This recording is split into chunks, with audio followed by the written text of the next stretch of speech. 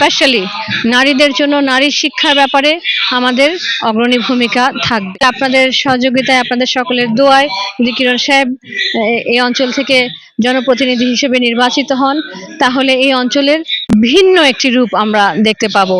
আমাদের রাস্তাঘাটগুলো উন্নয়ন করা, এখানে স্বাস্থ্য সেবাটার উন্নয়ন করা এবং স্পেশালি নারীদের জন্য নারী শিক্ষার ব্যাপারে আমাদের অগ্রণী ভূমিকা থাকবে।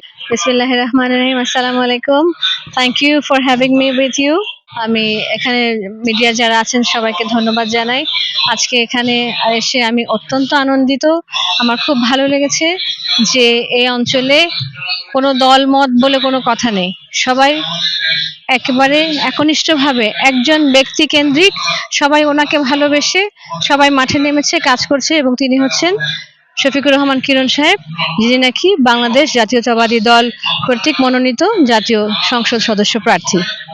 তো আমি মনে করি যে এখানে মা বোনদের যে ভালোবাসা, এখানে হিন্দু সম্প্রদায়দের যে ভালোবাসা, এখানে মুরব্বীরা যেভাবে ওনাকে যেভাবে আপন করে নিয়েছেন, যেভাবে ওনাকে মন থেকে ভালোবেসে ওনাকে সমর্থন জানিয়েছেন, এটা আমি মনে করি যে উপর আল্লাহর বিশেষ রহমত, আমাদের উপর সবার দোয়া। সে কারণেই এখানে আজকে খুব সুন্দর একটি আল্লাহর হুকুম হলে, যদি আপনাদের সহযোগিতায়, আপনাদের সকলের দোয়ায় যদি কিরণ সাহেব এই অঞ্চল থেকে জনপ্রতিনিধি হিসেবে নির্বাচিত হন, তাহলে এই অঞ্চলের ভিন্ন একটি রূপ আমরা দেখতে পাবো।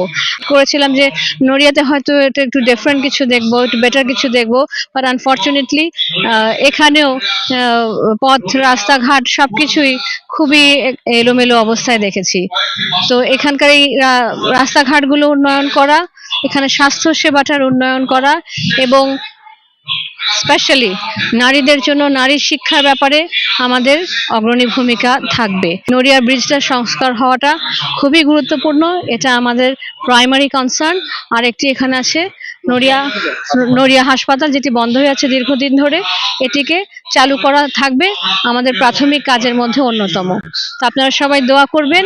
আশা করি আমরা আপনাদের দোয়ায়, উপরে আল্লাহ সুবহানাহু ওয়া তাআলার রহমতে সবাইকে সাথে নিয়ে আমরা সামনের দিনগুলোতে যেন এগিয়ে যেতে পারি। আপনাদের কাছে দোয়া এবং ভালোবাসার কামনা রইল।